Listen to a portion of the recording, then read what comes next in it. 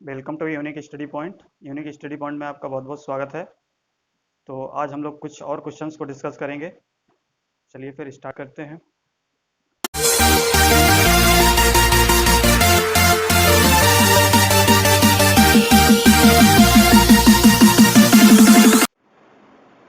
तो चलिए question number first हम लोग देखते हैं क्या कहा गया है। A lap wound DC generator having 250 armature conductors. तो हम लोग क्या लिखें, जो क्वेश्चन में दिया है उसको क्या करेंगे, लिख लेंगे। गिवन गिवन में क्या दिया गया है, एक लैप बाउंड डीसी जनरेटर है आपका, ठीक है, जिसमें कितना है 250 आर्मेचर कंडक्टर्स दिए हैं। तो आर्मेचर कंडक्टर्स जो होते हैं उसको हम जेड से रिप्रेजेंट करते हैं। कितना दिया है 250, ठीक है। फिर आगे देखिए क्या लिखा है, रन्स एट 1200 आरपीएम यानी कि 1200 आरपीएम। तो इसकी स्पीड कितनी दी गई है 1200 आरपीएम, इसको हम लिख लेते हैं। फिर आगे देखिए क्या क्या, if the generated EMF is 200 volt, और क्या दिया गया है, जो जनरेटेड वोल्टेज है वो कितना दिया गया है, यानी कि ई कितना दिया है 200 वोल्ट, ठीक है। फिर आगे देखिए क्या है, then operating flux of the DC generator is. तो क्या बताना है कि जो ऑपरेटिंग फ्लक्स है डीसी जनरेटर का वो कितना होगा, ठीक है। तो ऑपरेटिंग फ्लक्स क्या होता है 5, तो ये हमको निकालना है। अब आप जानते हो ये सारी क्वांटिटी आपको दी गई हैं, ठीक है। तो आपको फॉर्मूला पता है क्या, ईएमएफ का फॉर्मूला क्या होता है, एन पी 5Z/60A। इस टाइप से आपने एक क्वेश्चन किया था। अब यहाँ पे आपको क्या निकालना है, फ्लक्स निकालना है। कौन कौन सी वैल्यू दी गई है, हाँ एक चीज़ और देखते हैं। ये जनरेटर है कैसा बाउंड है, लैप बाउंड है, यानी कि इसकी जो बाइंडिंग की गई है वो लैप बाइंडिंग की गई है। तो लैप के लिए हमेशा ध्यान रखना, फॉर लैप बाइंडिंग। तो लैप बाइंडिंग के लिए आप जानते हो कि जो नंबर ऑफ पैरेलल पाथ होते हैं वो लैप बाइंडिंग के लिए कितना होता है, उसके पोल के इक्वल होता है। ये कंडीशन आपको पता होनी चाहिए। और वेव के लिए कितना होता है, वेव के लिए नंबर ऑफ पैरेलल पाथ हमेशा 2 होता है, ये हमने कल बताया था आपको, ठीक है। तो आप क्वेश्चन में आप वैल्यू पुट कर दीजिए और इसका सोल्यूशन निकाल लीजिए। तो ई की वैल्यू आप कितना दी गई है 200 वाट, 200 वोल्ट, ठीक है। इसको सॉल्व किया, एन की वैल्यू कितनी है 1200, इंटू पी कितना दिया गया है, तो पोल्स कितना दिया है देखिए। अब देखिए पोल्स कितना दिया है आपको, इसमें क्वेश्चन में पोल्स नहीं दिया है। तो आप क्या लिखोगे, हम जानते हैं कि पोल्स जो लैप बाइंडिंग के लिए कितनी होगा, जितना पैरेलल पाथ होगा उतना ही आपका क्या होगा, पोल्स होंगे। तो हम इसको ऐसे भी तो लिख सकते हैं कि P इक्वल्स टू 5 हमको निकालना है, इंटू जेड कितना दिया है 250/60 इंटू ए क्या है पी के बराबर होना चाहिए, तो हम इसको पी के बराबर लिख लिए। अब ये देखिए ये कैंसिल हो जाएगा, क्योंकि ये दोनों इक्वल होते हैं। जब आपको पोल्स दिए होते हैं तब भी आपका इक्वल कैंसिल हो जाता है, ठीक है। तो आप ये मान के चलिए इसमें कैंसिल हो जाएगा। अब इसको जब सॉल्व करेंगे तो फ्लक्स की वैल्यू कितनी आएगी, तो फ्लक्स की वैल्यू कितनी आएगी 200/60 अपॉन ये 1200 इंटू 250। जब इसको आप सॉल्व करेंगे तो सॉल्व करने पे कितना आएगा फ्लक्स की वैल्यू, तो फ्लक्स की वैल्यू आएगी जब इसको कैलकुलेट करिएगा तो कितना आएगा 0.04 वेबर, ठीक है। यही फ्लक्स की वैल्यू आएगी। तो इसका आंसर क्या हो जाएगा, ऑप्शन नंबर बी, ठीक है। चलिए नेक्स्ट क्वेश्चन देखते हैं। देखिए नेक्स्ट क्वेश्चन, क्वेश्चन नंबर 2 क्या कहा गया है, the highest speed attainable by the DC shunt motor is. तो क्या बताना है कि एक डीसी शंट मोटर है, तो उस डीसी शंट मोटर की हाईएस्ट स्पीड कितनी हो सकती है, कितनी हाईएस्ट स्पीड जो है अटेन कर सकता है, या मैक्सिमम स्पीड कितनी हो सकती है शंट मोटर की। तो आपको क्या बताना है, अब सबसे पहले आप जानते हैं कि डीसी शंट मोटर के केस में आपको हमने बताया था कि डीसी शंट मोटर के केस में आपका जो वोल्ट स्पीड रेगुलेशन होता है, स्पीड रेगुलेशन जो हमने बताया था वो क्या होता है, बहुत ही मिनिमम होता है, यानी कि वेरी लो होता है, ठीक है। अच्छा ये वेरी लो क्यों होता है, क्योंकि जब हम लोग क्या करते हैं, अगर लोड को हम चेंज करते हैं, ठीक है, अगर लोड में वेरिएशन करते हैं तो इसकी स्पीड में जो है वेरिएशन बहुत कम आता है, ठीक है। इसीलिए हम इस डीसी शंट मोटर को क्या कहते हैं, कांस्टेंट शंट मोटर भी कहते हैं, कांस्टेंट डीसी मोटर भी कहा जाता है। इसीलिए तो इसीलिए ये इसका जो है, जहाँ स्पीड कंट्रोल की बात आती है तो इसी शंट मोटर का यूज किया जाता है। अब बात करते हैं जैसे जब वोल्टेज रेगुलेशन मिनिमम होता है, तो वोल्टेज रेगुलेशन मिनिमम का मतलब क्या है, उसका जो वोल्टेज रेगुलेशन है वो कम से कम हो रहा है, ठीक है। यानी कि जितना वोल्टेज आपका लोड बढ़ाने पे आपका मिलना चाहिए और जितना नो लोड पे मिलना चाहिए, तो थोड़ा बहुत इफेक्ट आता है। जैसे सपोज करिए ये क्या है, आर्मेचर करंट, यानी कि इस तरीके से लोड है। अब इसका अगर हम लोग लोड बढ़ाते जाएंगे, अगर ये लोड बढ़ाते जाएंगे, तो जो इसकी स्पीड में जो है ये आइडियल केस है, लेकिन जो इसकी स्पीड में है बहुत कम ही क्या होता है, वेरिएशन आता है, ठीक है। तो ये होता है स्पीड का करेक्टरिस्टिक। तो हम देखते हैं कि इसीलिए इसका स्पीड रेगुलेशन कम होता है। तो अब इसमें ये पूछा गया है, ये नो लोड पे है स्पीड, ठीक है। तो उन्होंने ये कहा कि अगर डीसी शंट मोटर यूज करते हैं तो उसकी हाईएस्ट स्पीड किस केस में हाईएस्ट स्पीड होगी, तो क्या होगी, अगर हम लोड को क्या करते हैं, नो लोड पे, ये यहाँ पे नो लोड है ना, क्योंकि जीरो नो लोड पे अगर हम लोग इसको डीसी शंट मोटर को ऑपरेट कराएं तो उस केस में इसकी हाईएस्ट स्पीड मिलेगी। देखिए आपकी हाईएस्ट स्पीड मिल रही कि नहीं। क्या होता है जब नो लोड पे हम लोग वर्क कराते हैं, ये क्या है, ये कौन सी कंडीशन है, नो लोड पे, ठीक है। तो नो लोड पे देखिए यहाँ पे स्पीड कम है, जैसे जैसे लोड बढ़ाएंगे तो थोड़ा बहुत आपका जो स्पीड में है वो वेरिएशन आने लगेगा, यानी थोड़ा सा चेंज हो जाएगी, ठीक है। लेकिन आपका इसमें ज़्यादा चेंज नहीं होता डीसी शंट मोटर के केस में। तो अब इस क्वेश्चन में क्या पूछा कि हाईएस्ट स्पीड आपकी कब मिलेगी डीसी शंट मोटर की, तो कब मिलेगी, जब आप क्या करोगे, उसको नो लोड पे स्पीड पे आप ऑपरेट करोगे, तो क्या हो जाएगा, equal to the no load speed, ठीक है। तो नो लोड स्पीड के इक्वल आपकी इसकी स्पीड मिलेगी, ठीक है। तो इसका आंसर क्या हो जाएगा, ऑप्शन नंबर डी, ठीक है। चलिए नेक्स्ट क्वेश्चन देख लेते हैं। देखिए क्वेश्चन नंबर थर्ड में क्या कहा गया है, the direction of rotation of DC shunt motor can be reversed by interchanging. क्या बताना है, एक डीसी शंट मोटर है, ठीक है, अगर उसकी डायरेक्शन ऑफ रोटेशन को अगर चेंज करना है आपको, ठीक है, तो उसकी डायरेक्शन ऑफ रोटेशन को चेंज हम लोग कैसे कर सकते हैं, क्या इंटरचेंज करना पड़ेगा, ठीक है। तो ऑप्शन नंबर फर्स्ट में क्या दिया, आर्मेचर टर्मिनल्स ओनली, या आइदर फील्ड या आर्मेचर टर्मिनल्स को चेंज करना पड़ेगा, या बाई सप्लाई टर्मिनल्स को इंटरचेंज करना पड़ेगा, या फील्ड टर्मिनल्स को इंटरचेंज करना पड़ेगा। तो इसमें ऑप्शन में आप कौन सा आंसर होगा, तो आप हमेशा देखिए जब आपका डीसी शंट मोटर, ये मोस्ट इंपोर्टेंट क्वेश्चन है, आप यहाँ ध्यान रखिएगा इसको। तो जब शंट मोटर की डायरेक्शन की चेंज करने की बात आती है, तो उस केस में आप हमेशा ध्यान दीजिए कि जो डीसी शंट मोटर क्या होता है, ये डीसी शंट मोटर होता है, ठीक है, ये डीसी शंट मोटर होता है। अगर इसके डायरेक्शन की बात करें तो इस सपोज करिए मोटर इस तरीके से ऑपरेट हो रहा है एंटी क्लॉकवाइज डायरेक्शन में, अगर आपको आपको इसके रोटेशन को चेंज करना है, रोटेशन चेंज करने का मतलब इसका अगर क्लॉकवाइज डायरेक्शन में रोटेट कराना है, तो इसके लिए क्या करना पड़ेगा, तो हमेशा क्या करोगे, जो आर्मेचर टर्मिनल्स होती हैं, अब इसके आर्मेचर टर्मिनल्स क्या होंगे, ये आर्मेचर टर्मिनल्स होंगे, ठीक है। ये वोल्टेज सपोज करो स्टार्टिंग में बी है, ठीक है।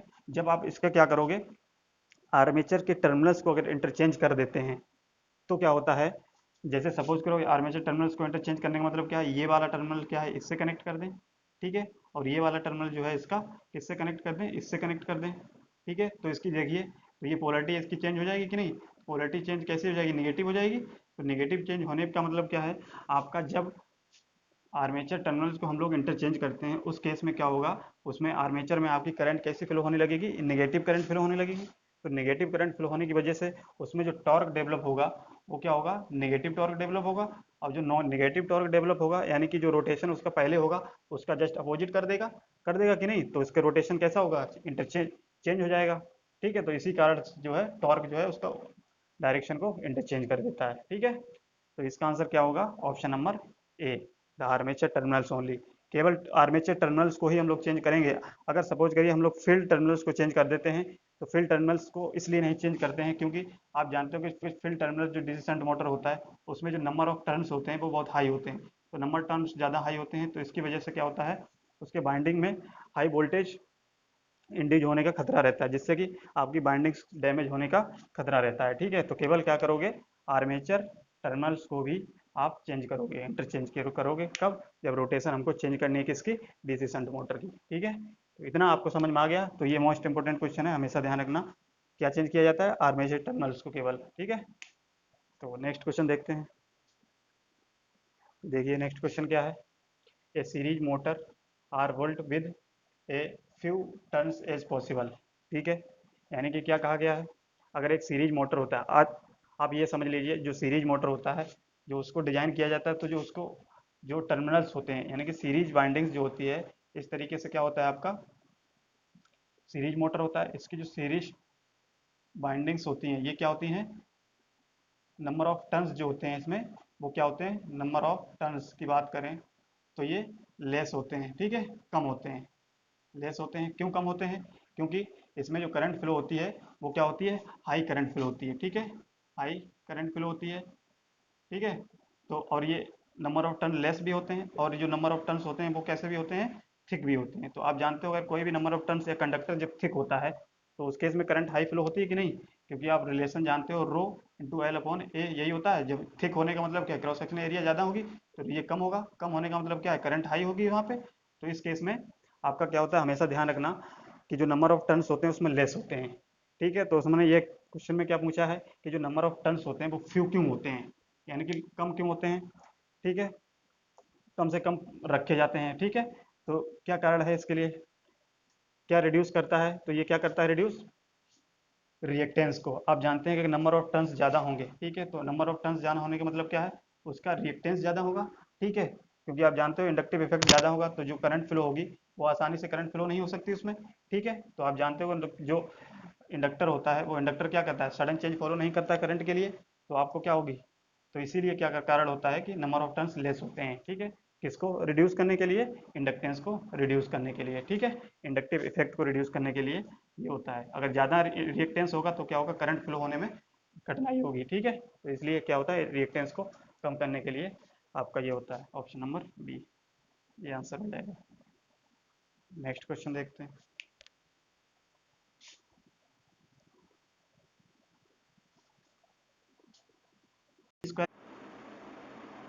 क्वेश्चन नंबर 5 देखिए क्या कहा गया। Poles of DC machine are often laminated to reduce, यानी कि एक आपके क्या है? Poles of DC machine are oftenly laminated to reduce. तो जो डीसी मशीन की पोल्स जो होते हैं, ठीक है, वो जनरली क्या होते हैं? आपके लेमिनेटेड होते हैं, ठीक है। अब ये लेमिनेटेड क्यों होते हैं, क्या कारण है, ठीक है, तो वही पूछा है कि poles of DC machine are often laminated to reduce. क्या रिड्यूस करते हैं जब लेमिनेशन किया जाता है? तो क्या रिड्यूस करते हैं ये? क्यों इसको लेमिनेट किया जाता है पोल्स को? तो इसका आंसर क्या होगा? एडी करंट लॉस को, ठीक है, ऑप्शन नंबर ए।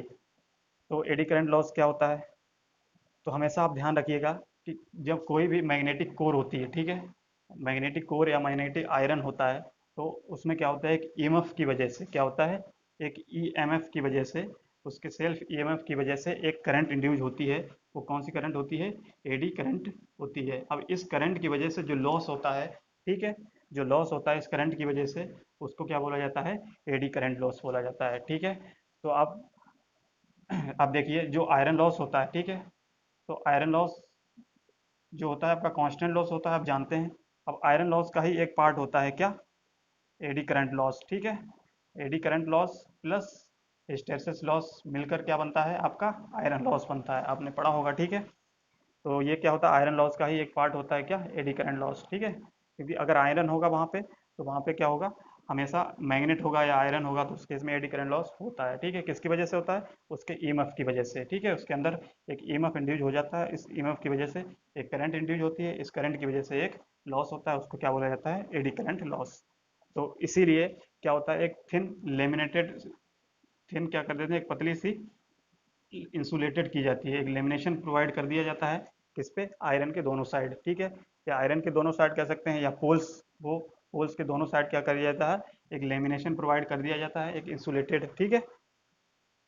तो इस तरीके से इसको क्या होता है? एडी करंट लॉस को रिड्यूस किया जा सकता है, यानी कि कम से कम किया जाता है, कम कर देता है। क्या कम कर देता है? जब आप अगर लेमिनेशन प्रोवाइड कर दोगे तो ये लॉस कम होगा उस केस में, ठीक है। तो देखिए क्वेश्चन नंबर 6 देखते हैं। क्वेश्चन नंबर 6 देखिए, which of the following motor can work satisfactorily on both AC and DC, ठीक है। तो आपको क्या बताना है? इनमें से कौन सा मोटर जो है आपका एसी और डीसी दोनों पे वर्क कर सकता है? तो कौन सा मोटर होता है ये? तो आपका ये ऑप्शन नंबर क्या होगा? ए, सीरीज मोटर, ठीक है। तो ये सीरीज मोटर ही एक ऐसा मोटर होता है जो क्या करता है? एसी और डीसी में दोनों में वर्क कर सकता है।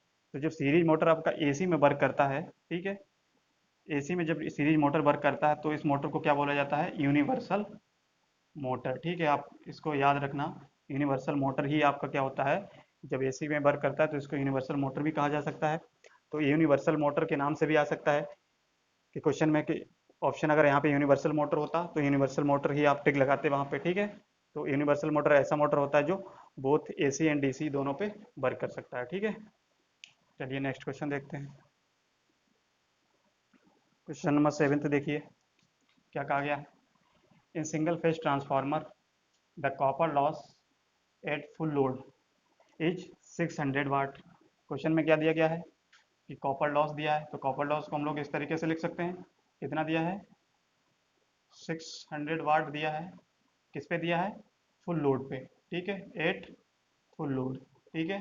तो एट फुल लोड पे कॉपर लॉस कितना दिया है, at half of the full load the copper loss will be. अब हमको क्या बताना है, at half load, half load पे आपका कॉपर लॉस कितना होगा, ठीक है। इस टाइप के क्वेश्चन हम 2 करा चुके हैं।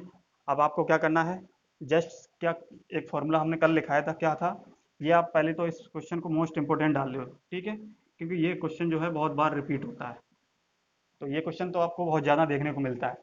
अब देखिए इसका फॉर्मूला हमने क्या बताया था, इसमें यहाँ पे फ्रैक्शन लोड क्या है, यानी कि हाफ, तो एक्स की वैल्यू हम क्या एज्यूम करेंगे, हाफ। कल वाला फॉर्मूला देखिए क्या बताया था, copper loss at X fraction load, X fraction load, copper loss X fraction load पर equal to X square copper loss of full load या एट फुल लोड।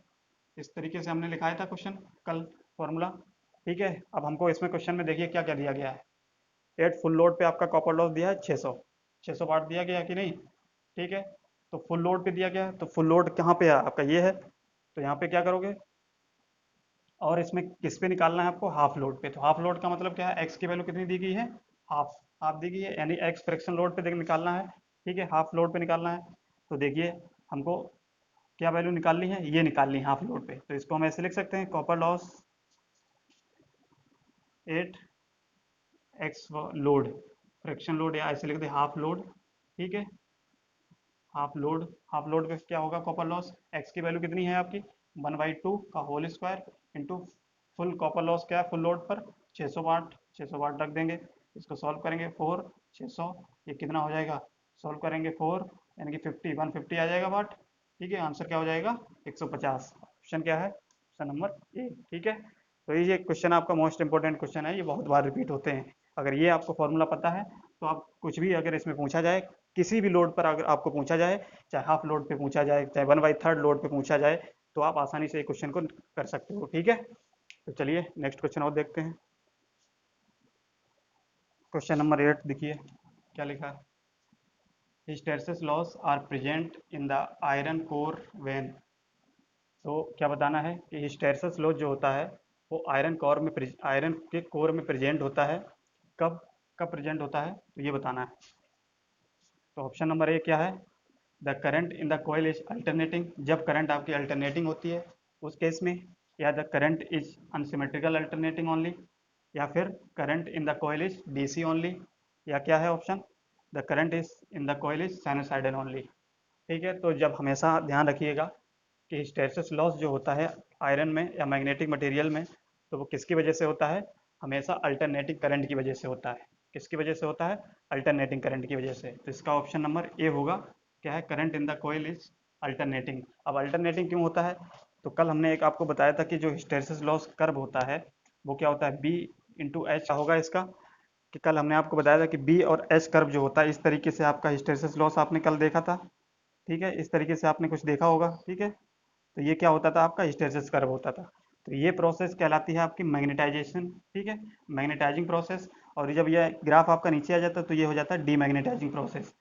तो ये प्रोसेस मैग्नेटाइजिंग और डीमैग्नेटाइजिंग प्रोसेस की वजह से ही आपका क्या होता है, हिस्टेरेसिस लॉस होता है। अब ये डीमैग्नेटाइजिंग और मैग्नेटाइजिंग प्रोसेस ये किसकी वजह से होता है, अल्टरनेटिंग करंट की वजह से, ठीक है।